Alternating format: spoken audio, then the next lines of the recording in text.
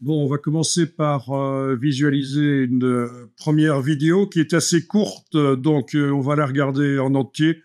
Alors, je sais pas si vous connaissez la chaîne ici d'Olivio Saricas. Donc, c'est, oui, quand même 240 000 abonnés. Enfin, ça veut rien dire. Il y en a qui achètent leurs abonnés, mais je pense pas que lui le fait. Euh, et voilà, ça c'est un gars qui c'est en anglais. Hein, on va voir si j'arrive à enclencher une traduction parce que je sais que l'anglais il y en a qui euh, pataugent un peu, mais c'est pas grave. Euh, c'est pas grave. Moi, je vais pas me vanter de comprendre l'anglais parce que c'est la seule langue étrangère que je comprends. Ouais. Ouais. Et un, un tout petit peu d'allemand et de néerlandais, mais juste comprendre. Euh, donc, c'est pas un jugement quand je dis que l'anglais, certains ou certaines ont des difficultés. C'est pas un jugement du tout. Et quand bien même vous connaîtriez aucune langue étrangère, c'est pas un problème. On peut très bien réussir sans ça. Il y a des solutions. Donc, voilà. Je disais donc que j'allais tenter un affichage de sous-titres avec euh, du français. Du français, où est-il le français? Il se cache où? Il se cache là, voilà. OK. Donc, ce qui va montrer là est quand même très, très bluffant. Ce sont des choses qui sont apparues il y a déjà quelques mois de manière expérimentale. Et là, c'est vraiment l'avenir du trucage photo. C'est l'avenir du trucage photo. C'est un truc absolument dingue. Euh, Donc, vous allez voir qu'il va générer, si je me souviens bien, parce que j'ai vu plusieurs vidéos, il faut que je revoie. Oui, c'est bien ça. Il va générer par intelligence artificielle une image de voiture de sport en 2D, donc une image plate. Et puis, il va utiliser Créa, je pense que c'est Créa qu'il utilise, pour transformer la voiture en un modèle 3D. Donc c'est pas seulement le trucage photo qui est un peu euh, sujet à un changement majeur dans les années qui viennent, c'est aussi le monde de la 3D. Parce que la 3D, ça bouge beaucoup, notamment le texturage. On verra vite fait une autre vidéo qui montre que le texturing d'objets, la manière dont on fait la 3D, ça va complètement changer. C'est la folie aussi de ce côté-là. Donc, voilà. Donc, la voiture 2D va être transformée en 3D et va être placée par-dessus. Le modèle 3D va être placé par-dessus un paysage 2D. C'est une photo.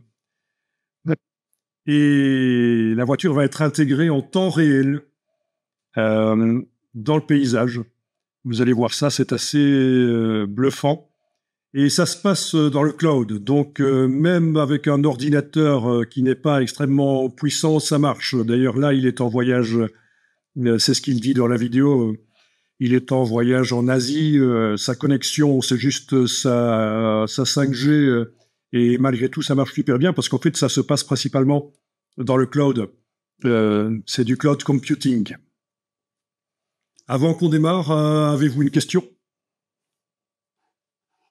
Ok, donc pour l'enregistrement, je vous remontre le QR code qui vous permettra d'avoir accès à cette vidéo. Par la suite, si jamais vous voulez la revoir et la retrouver.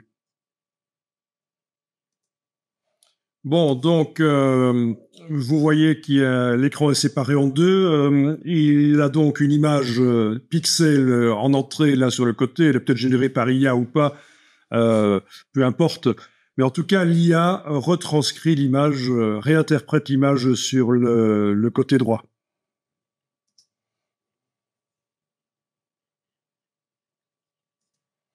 Donc vous voyez, il vient d'amener l'image 2D de la voiture à gauche, et à droite, l'IA essaye déjà d'interpréter qu'est-ce qui serait logique d'avoir dans la forêt à cet endroit-là et c'est certainement pas une voiture à 5 mètres du sol comme ici, mais donc après, ça va s'améliorer, évidemment.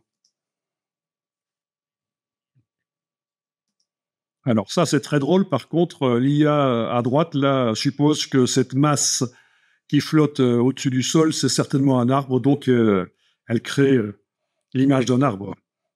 C'est assez biblique comme image, je trouve, si vous voyez la référence. Mais bon.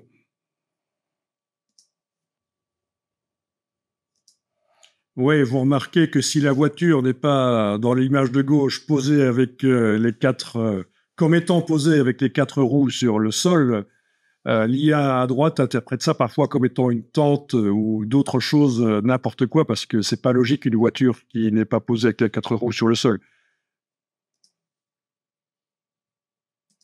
Donc là, par le prompt, il est en train d'aider l'IA à savoir ce qu'il doit faire, parce que l'IA ne voit pas, ne reconnaît pas que c'est une voiture rouge à gauche, donc il doit lui indiquer. Et là, l'IA va aller chercher plein de références de voitures de sport rouges qui ressemblent donc à celle qui est à gauche. Ouais. Bon, vous remarquez qu'en plus, les éclairages dans l'IA, c'est vraiment comme si on était en train de travailler de la 3D. Il bouge l'objet, le cercle qu'il a fait, c'est l'éclairage de la Lune, la couleur de la Lune influence sur la carrosserie. C'est assez dingue en temps réel.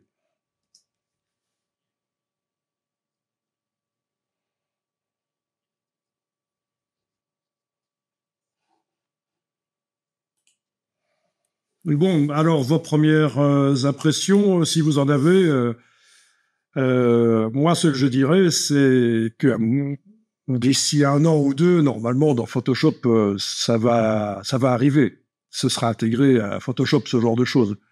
Alors oui, vous avez vu que la voiture n'a pas nécessairement le même look, c'est réinterprété, mais évidemment, ça va s'améliorer. Euh, Ce sera plus précis au modèle, par rapport au modèle 3D qu'on amène là à gauche, ce sera plus précis à l'avenir. Les choses s'améliorent à une vitesse dingue.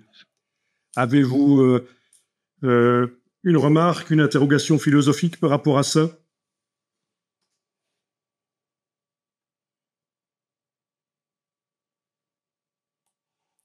J'imagine que personne n'avait encore vu.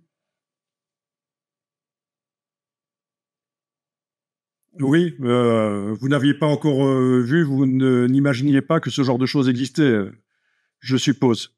Ok, donc ça vaut la peine de faire de la veille graphique et technologique. Il vaut mieux être sur la balle et euh, savoir que ça existe.